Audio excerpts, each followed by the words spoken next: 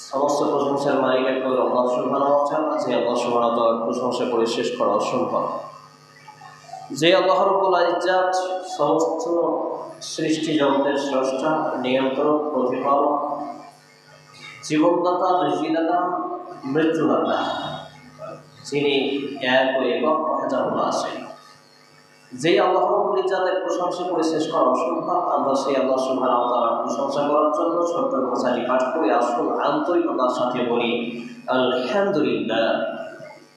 অতঃপর অসংখ্য দরুদ সালাম শান্তির ধারা বর্ষিত নবী করিম সাল্লাল্লাহু আলাইহি আখিরি নবী নবী রাহমাতুল লিল আলামিন মুহাম্মদুর রাসূলুল্লাহ সাল্লাল্লাহু আলাইহি ওয়াসাল্লামের প্রতি আমরা বলি আল্লাহুম্মা সাল্লি আলাইহি আল্লাহুম্মা বারিক আলাইহি সাল্লাল্লাহু তাআলা আলাইহি ওয়াসাল্লাম। আজকের জুমার দিন, জুমার খুতবায় উপস্থিত ফসলে বৃদ্ধ ভাই এবং বাবা জীবন, আজকে আমরা অবস্থান করছি জুলাই মাসের 5 তারিখে 21শে আষাঢ় 1431 হিজরি এবং 28শে জিলহাজ 1445 হিজরি এই সনে। আজকে জুমার খুতবায় আমার সংক্ষিপ্ত টাইমে আলোচনার বিষয় মুসলিম সমাজ ধ্বংসের কয়েকটি মৌলিক পয়েন্ট বা কারণ। এই বিষয়গুলোর প্রতি সংক্ষিপ্ত টাইমে আলোচনা করে আমি আমার জুমার খুতবা ইতি টানবো। ওয়া তাওফিকে ইল্লা বিল্লাহ আলাইহি তাওয়াক্কালতু ওয়া ইলাইহি উনীব। মুসলিম সমাজ ধ্বংসের অন্যতম কারণ। আলোচনা শুরু করার আগে আপনাদের প্রতি দুটি অনুরোধ থাকবে, যারা ঘুমাচ্ছেন তারা ঘুম ছেড়ে দেবেন। জুমার মসজিদে এটা ঘুমানোর জায়গা নয়। 2 নম্বর কথা হচ্ছে হেলান দিয়ে বসা যাবে না। 3 নম্বর কথা হচ্ছে হাঁটু গেড়ে বসা যাবে না। 4 নম্বর কথা হচ্ছে মনোযোগ সহ কথা শুনতে হবে। অলসতা এলে আউযু বিল্লাহি মিনাশ শাইতানির রাজিম বলে বাম দিক 3 বার থু থু করে ফেলতে হবে। আর যদি তাতেও সমস্যা হয় তো ওযু করে আসতে হবে। এরপরের কথা হচ্ছে যে যখন নবী করিম সাল্লাল্লাহু আলাইহি ওয়াসাল্লামের নাম আসবে, পুরুষ হিসেবে সাল্লাল্লাহু আলাইহি ওয়াসাল্লামটা উচ্চ স্বরে বলতে হবে। এটা হচ্ছে ফিতরাত, পুরুষদের বৈশিষ্ট্য। যদি আমরা না বলি তাহলে আল্লাহ রাসূল সাল্লাল্লাহু আলাইহি ওয়াসাল্লাম আমাদের জন্য লাআনাত কামনা করেছেন, মানে বদদুয়া দিয়েছেন। বলি নাউযু বিল্লাহি মিন যালিক। তো মুসলিম সমাজ ধ্বংসের অন্যতম একটি মৌলিক কারণ, সেটি হচ্ছে কোরআন এবং হাদিসের জ্ঞান মুসলিমদের মধ্যে না থাকা। একজন মুসলিম সে প্রকৃত অর্থে ততক্ষণ পর্যন্ত মুসলমান হতে পারে না যতক্ষণ না সে তার গাইডলাইন, জীবনবিধান, সংবিধান সম্পর্কে জ্ঞান অর্জন না করছে। প্রাথমিক লেভেলে আমি মসজিদে ঢোকার পরেই একটা দৃষ্টি লক্ষ্য করলাম, দৃষ্টি দিলাম একটা বিষয়ে, যে আপনাদের এই মসজিদে এভাবে কাতার ছিল। আমি ক্যাম্পাসটা খুললাম, দেখলাম কাবাটা এইরকম হয়ে আছে, পরবর্তীতে কালো দাগ। চিন্তা করলাম সে একটা পুরো মসজিদের ফাউন্ডেশন কিবলা না দেখেই নির্মাণ করা হয়েছে। কতটা আমরা বোঝা ছিলাম। আল্লাহু আকবার। দ্বিতীয় কথা, আমাদের মুসলিম যে আমরা দাবি করব, এটা মুখে দাবি করা, কথাই বলে দেওয়া আমি মুসলিম, আমাদের voter card, ration card, digital card, Aadhaar card, pan card, everything A to Z ডকুমেন্টারিতে আমরা লিখে দিয়েছি মুসলিম, এটা কিন্তু মুসলমান নয়। গরুর গোশত খাই, কুরবানি দিয়ে, রমজান মাসে উপস্থিত হয়, এটা মুসলিম নয়। মুসলিম কোনটা? নবী ইব্রাহিম আলাইহিস সালামকে আল্লাহ সুবহানাহু ওয়া তাআলা বলেছিলেন, ইয ক্বালা লাহু রাব্বুহু আসলিম, আপনি বিশ্বজাহানের প্রতিপালকের অনুগত হন। তাহলে মুসলিম মানে হচ্ছে অনুগত হওয়া। তিনি বলছিলেন প্রতি উত্তরে, ক্বালা আসলামতু লিরাব্বিল আলামিন, সুবহানাল্লাহ। অর্থাৎ আমি বিশ্ব প্রতিপালকের অনুগত হলাম। তাহলে একজন মুসলমান হচ্ছে কোরআন এবং হাদিসকে অনুসরণকারী, আল্লাহ প্রদত্ত বিধানকে মান্যতাকারী। এখন দুর্ভাগ্যজনক ক্রমে কদিন আগে আমরা কুরবানি করলাম, বড় বড় গরু, খাসি, ওট, দুম্বা, বিভিন্ন সেক্টরে বিভিন্ন পর্যায়ক্রমে আমরা কুরবানি করছি।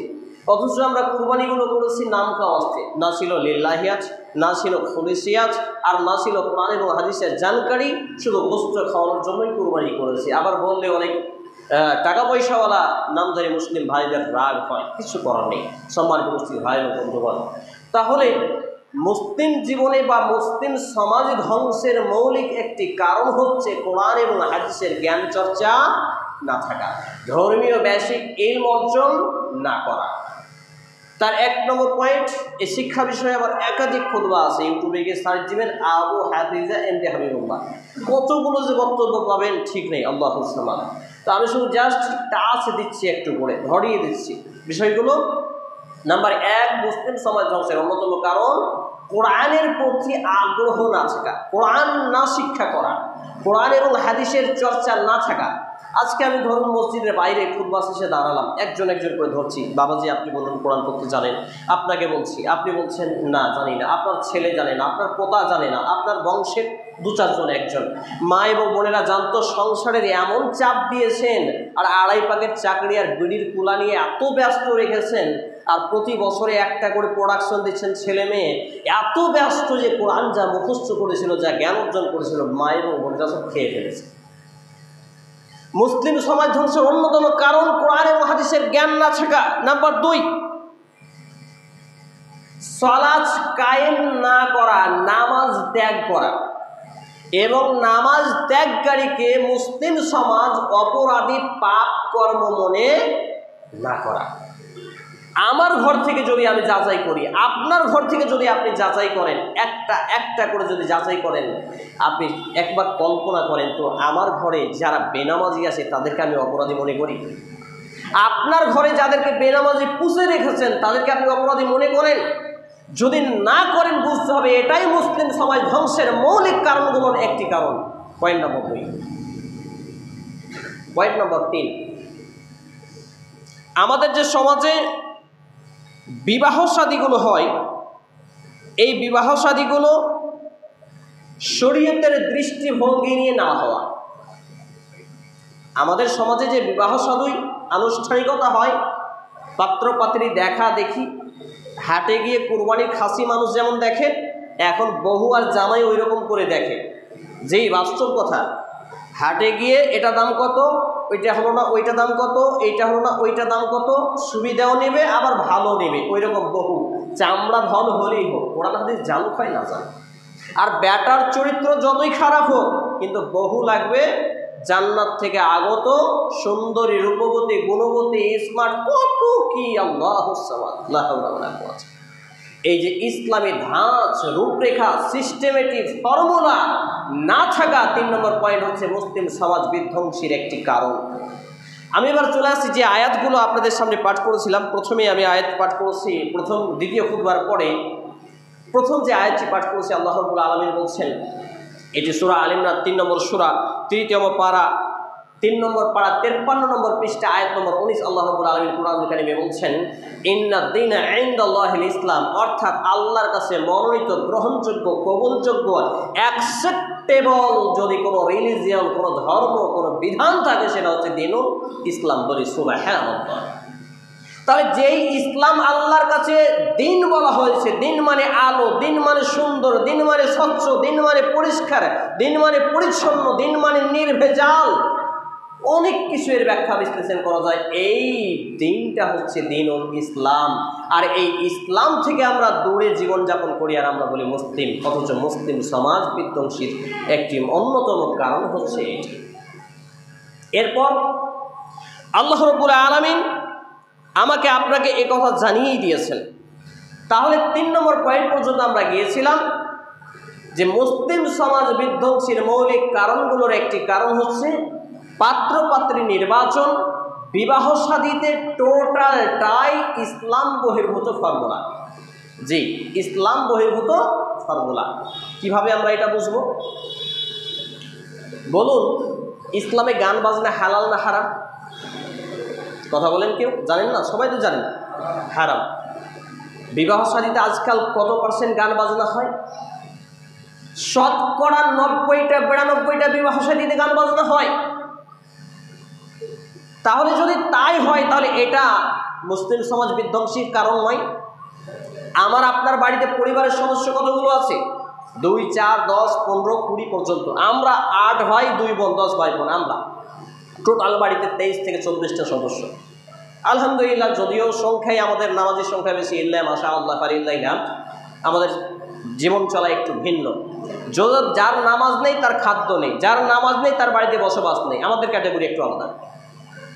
একটা পরিবারে একটা নামাজিও নেই এমন শত শত পরিবার আমার চোখে দেখা আছে। এই পরিবারগুলোকে পাপী মনে করে না, অথচ আমি নামাজ পড়ি না, আমার ঈমান ভালো আছে, এই ফতোয়া দিয়ে বেড়ায়, শয়তানের ফতোয়া। বলেন তাহলে এটা ইসলাম এবং সমাজ, মুসলিম সমাজকে ধ্বংস করার অন্যতম কারণগুলো নয়? চতুর্থ নম্বর পয়েন্ট, যেই সব বিষয়গুলো খুবই ভাইটাল আমি সেই বিষয়গুলো বলছি। বিয়েকে কঠিন করে তোলা, বিয়েকে কঠিন করে তোলা আর জেনা ব্যভিচারকে সহজ করে দেওয়া। আমাদের সমাজে তা হয় নাকি? আল্লাহ ও বিয়ে করবা, এখনো তুমি নিজের পায়ে দাঁড়াওনি। ছেলেটা রাত কাটে না, একট ওকট করছে আর স্বপ্ন দেখছে। আরে এখন তো অ্যান্ড্রয়েডের যুগ, চ্যাটিং করতে করতে বেটি ছেলের সাথে চ্যাটিং করতে করতে বেটি ছেলের সাথে ভিডিও কল, চ্যাটিং করতে করতে কার সাথে কি, কোথায় কাকে নিয়ে পালিয়ে গেছে, কোথায় কি, কত রকম কি চলছে, কি চলে না বলুন তো? পেটের ক্ষুধা যেমন লাগে, খাবার জন্য কেমন ছটফট করে বেড়ায়, তো যৌন ক্ষুধা যে তার থেকেও বড় ক্ষুধা, এই নিয়ে কেমন ছটফট করে একটা মানুষ। আরে আমার আপনার ডেট এক্সপায়ার হয়ে গেছে, আমরা বিবাহিত জীবনটা পার করে ফেলেছি, দাম্পত্য জীবনে আর আমাদের ইন্টারেস্ট নেই বলে আমরা এটাকে ভাবি না, রাখি না নাকি? কিন্তু যেই সব ছেলেগুলো প্রথম যৌবন পেয়েছে তাদের সুশ্রী কত, তাদেরকে জিজ্ঞেস করেন, কল্পনা করিয়েন তো। আমাকে অনেক জায়গায়, আজকে আপনাদের এই মসজিদে নিয়ে 405 নম্বর মসজিদে খুতবা, এর আগে 404টি মসজিদে আলহামদুলিল্লাহ খুতবা হয়েছে। তো প্রায় মানুষ বলে যে এত খোলামেলা বলতে হয়। যদি খোলামেলা আমি বলি আপনার অসুবিধা, খোলামেলা আপনার পরিবার ছেলে মেয়ে করছে তাতে অসুবিধা নেই। তাহলে যেই ছেলে মেয়েগুলোর সুশ্রুরের কারণে রাতে ঘুম হয় না, এই ছেলে মেয়েগুলোর জন্য বিবাহকে সহজ করা উচিত ছিল না? সাহাবীদের জীবন চিত্র দেখুন, নবী রাসূলদের জীবনী দেখুন, তারা বিবাহকে এত সহজ করে রেখেছিলেন যে যদি তার কাছে কিছু না থেকে সেগুলো সে লোহার একটা আংটি দিয়ে বিয়ে করো, যদি না হয়েছে একটা খেজুর দিয়ে করো, যদি না হয়েছে আরে তুমি কোরআনের সূরা জানো, সূরা দিয়ে মোহর দিয়ে বিয়ে করো, সুবহানাল্লাহ। কিন্তু মুসলিম সমাজ বিধ্বংসী একটা বড় মতবাদ দেখুন, যে বিবাহকে আমরা কঠিন করে ফেলেছি।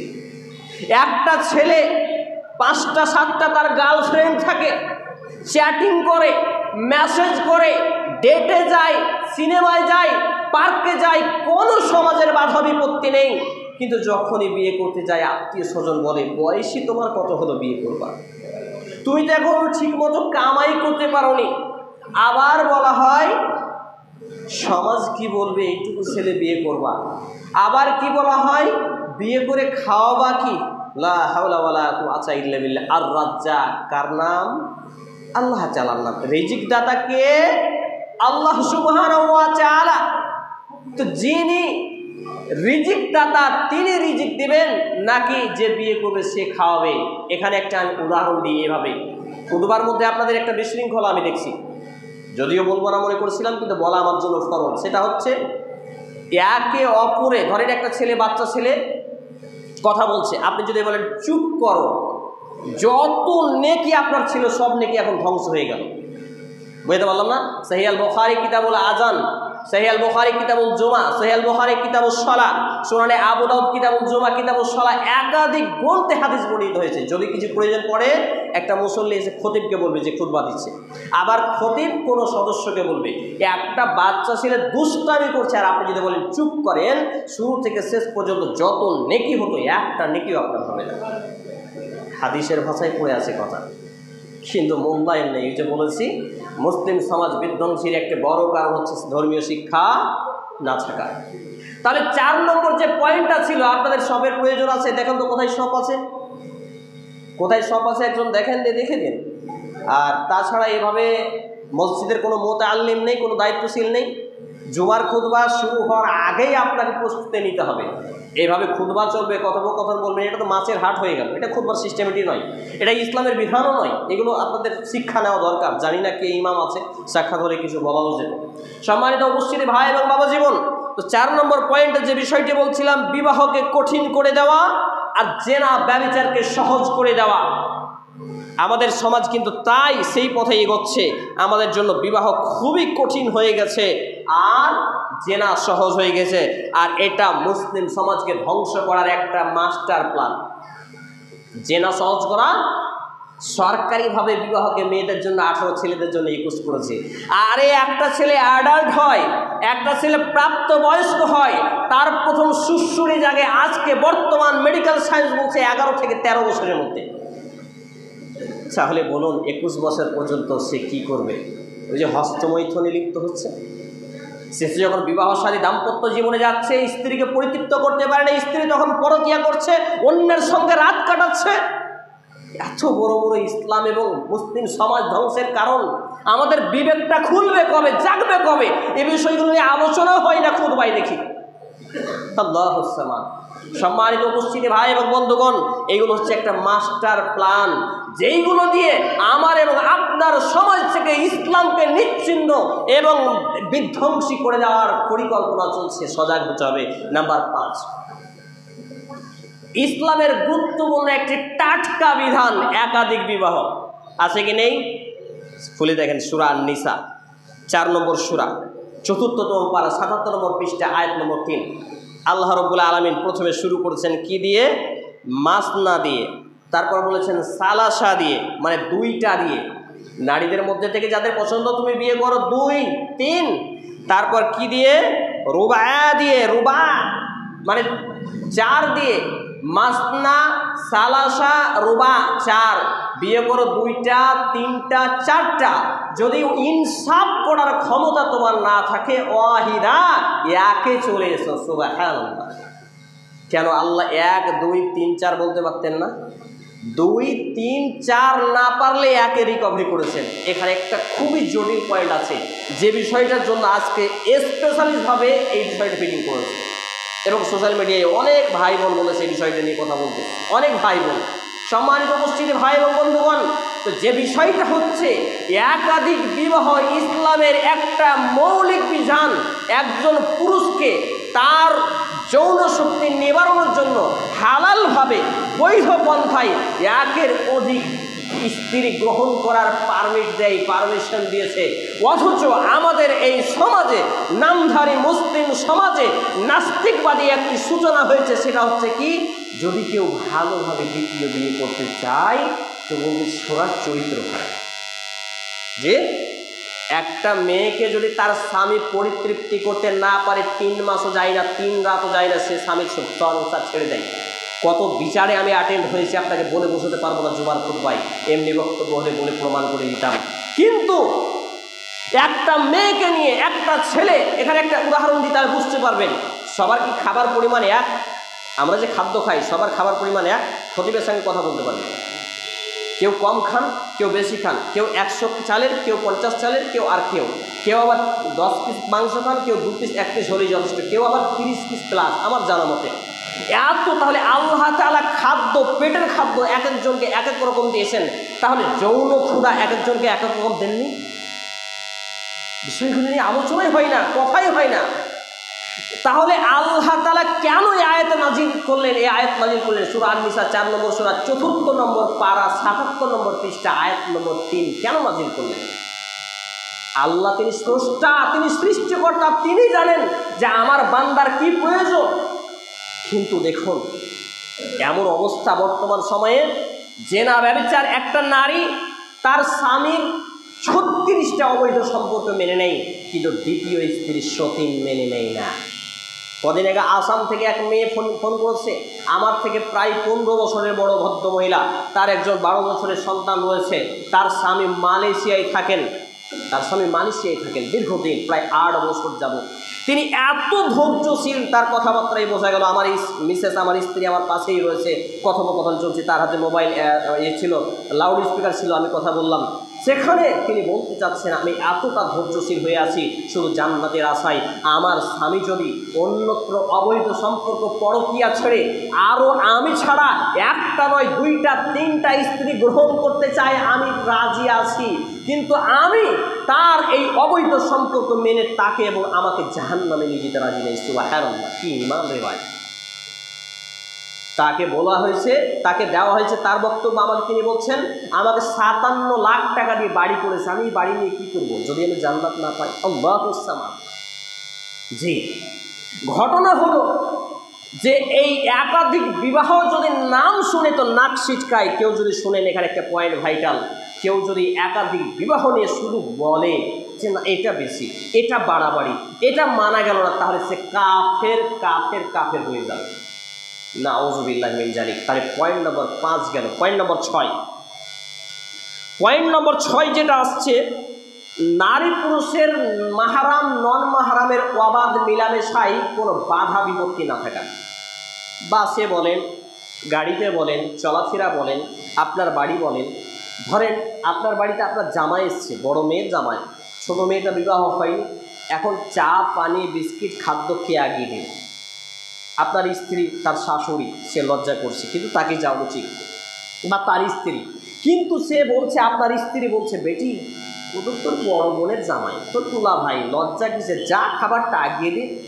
কত কেস আমার কাছে আছে এবং কত ফতুয়া জানতে আছে আমি বলে বোঝাতে পারছি না। এইরকম হতে হতে বড় বোনকে ছেড়ে ছোট বোনের সঙ্গে অবৈধ সম্পর্ক, নাউযুবিল্লাহ। কত দেখবেন আপনি, সংসারে আগুন লেগে গেছে, আত্মহত্যা পর্যন্ত করেছে 4 তলা থেকে পড়ে, এমনও ঘটনা ঘটেছে। জি সম্মানিত উপস্থিতি ভাই এবং বন্ধুগণ, তাহলে 6 নম্বর পয়েন্ট হচ্ছে মাহারাম নন মাহারামের যে পার্থক্য, এটা না থাকা, আর এটা হচ্ছে মুসলিম সমাজ বিধ্বংসীর একটি অন্যতম মতবাদ। নাম্বার 6, বর্তমান পরিবেশ পরিস্থিতিতে বিভিন্ন অনুষ্ঠানে উপস্থিত হওয়া নারী পুরুষ একত্রে, বিবাহ হোক, জালসার নামে, মেলার নামে, খেলা হোক, আপনার পার্কে, সিনেমায়, বিভিন্ন জায়গায় হোক, দেখুন সব জায়গায় যায়। এখন যদি বলা হয় মেয়েদের জন্য জুমার মসজিদে জায়গা করেন, নাকি মৌলবি সাহেবরা বেটি ছেলে নিয়ে পালিয়ে যায়। আরে এক আধ বেটা লুচ্চা থাকতে পারে তাই বলে সবাই নাকি? কিন্তু সাধারণ মানুষদের কত দেখবেন, জালসাই কতদিন নিয়ে পালিয়েছেন কত দেখবেন, মেলায় ঘুরতে গিয়ে কত পালিয়েছে কত দেখবেন। তাহলে এই সমাজ ব্যবস্থা কি করে টিকে থাকতে পারে, দাঁড়িয়ে থাকতে পারে, যেই সমাজ ব্যবস্থা মনে করে যে নারী হাটে যাক, বাজারে যাক, পার্কে যাক, সিনেমায় যাক, অসুবিধা নেই, তবে নারী যদি মসজিদে আসে সমস্যা। এইটা হচ্ছে আরেকটি সমস্যা। আর বিবাহ বাড়িগুলো তো বলাই বাহুল্য, আজকাল ভিডিও হয়, কত রকম রং কোহরা, কত কি আল্লাহ সামান। তারপরের পয়েন্ট, ফিতনাময় পরিবেশ পরিস্থিতিতে সহশিক্ষা এবং সহকর্ম। সহশিক্ষা বুঝি না, একই বেঞ্চে এক সাইডে ছেলে এক সাইডে মেয়ে, টিউশন চলছে, ক্লাস চলছে, সরকারি স্কুলে, ইংলিশ মিডিয়াম, আরও কিছু। তারপরে একটি পয়েন্ট হচ্ছে ছেলে মেয়েকে কোরআন এবং হাদিস শিক্ষার জন্য মসজিদ ও মাদ্রাসামুখী না করা। তারপরের গুরুত্বপূর্ণ পয়েন্ট হচ্ছে আধুনিকতার ছোঁয়া, আর সেই আধুনিকতার ছোঁয়া হচ্ছে এই অ্যান্ড্রয়েড মোবাইল। প্রায় স্কুল পড়ুয়া মেয়েকে আজকে অ্যান্ড্রয়েড দেওয়া হয়েছে, হয়নি?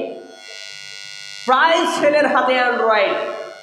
অ্যান্ড্রয়েডের মধ্যে সব থেকে বড় বিপজ্জনক যে ব্যাপারটা হচ্ছে এর ড্রাইভিং ক্ষমতা রাখতে হবে, মানে তাওয়াক্কুল, আল্লাহ ভরসা, ইত্তাকিল্লাহ, আল্লাহ ভীতি, এইগুলো যার মধ্যে থাকবে মূলত সেই এটা ড্রাইভিং ঠিকভাবে করতে পারবে। কত মেয়ের সাথে রাত 2টা 3টা 4টা পর্যন্ত চ্যাটিং করে আপনার ছেলে, আপনার মেয়ে। মোবাইলটা একটু খুলে দেখুন, গুগলে গিয়ে তার হিস্ট্রিটা দেখুন, কত কি দেখে রাতের অন্ধকারে আপনার অবসর। ইসলাম বিধ্বংসী মতবাদ। আর সব থেকে ডেঞ্জারাস পয়েন্ট এবং ভয়ঙ্কর, দাজ্জালের মতো ভয়ঙ্কর আমি যেটাকে মনে করি সেটা হচ্ছে ফেসবুক। আগে একটা ওয়াসলিল কন্টেন্ট বলে অপশন থাকতো, 18+, 18+, এখন এই অপশনটা নেই, প্রাইভেসি নেই, সব লিগ্যাল, সব নোংরা নেই। স্বামী স্ত্রী পাশাপাশি থেকে ফেসবুক চালাতে পারি না, এত লজ্জা লাগে। শুধু দাওয়াতের ক্ষেত্রে বক্তব্য, কোরআন হাদিস প্রচারের জন্য ইউজ করতে পারি, এবং এতে হোয়াটসঅ্যাপ, টুইটার, মেসেঞ্জার, কত কি আছে বলা যাবে না, সময় শেষ হয়ে গেছে, আমি ওভার করে ফেলেছি। সম্মানিত উপস্থিতি ভাই ও বন্ধুগণ, যে বিষয়টা বলতে চাচ্ছিলাম, এতগুলো ভয়ঙ্কর ভয়ঙ্কর কথা আছে মুসলিম সমাজ বিধ্বংসী মতবাদ, যেগুলো নিয়ে আমাকে আপনাকে সচেতন হতে হবে। কোরআন এবং হাদিসের জ্ঞান দিয়ে, কোরআন এবং হাদিসকে জেনে, কোরআন এবং হাদিসকে মেনে, এবং এর জড় সহ উঠে আছাড় দিয়ে ফেলে দিতে হবে, নইলে মুক্তির কোনো উপায় নেই। সব থেকে বেশি যেটা আসতে হবে কোরআন শিক্ষা নিতে হবে, কোরআন শিখতেই হবে। বয়স 40, 50, 60, 100, 200, 500 যাই হোক না কেন। আর আরেকটি বিষয় হচ্ছে, প্রত্যেকটা ক্ষেত্রে একটা জিনিস দেখবেন, মানুষের একটা মতবাদ আছে, ইসলাম বহির্ভূত মতবাদ, খাও দাও মাস্তি করো, দুনিয়াটা মস্ত করো, টাকা পয়সা কামাই করো। খাও দাও মাস্তি করো, টাকা পয়সা কামাই করো, দুনিয়াটা মস্ত বড়, এই ধর্ম দেখতে হবে না, এটা নাস্তিকবাদী মতবাদ স্লোগান।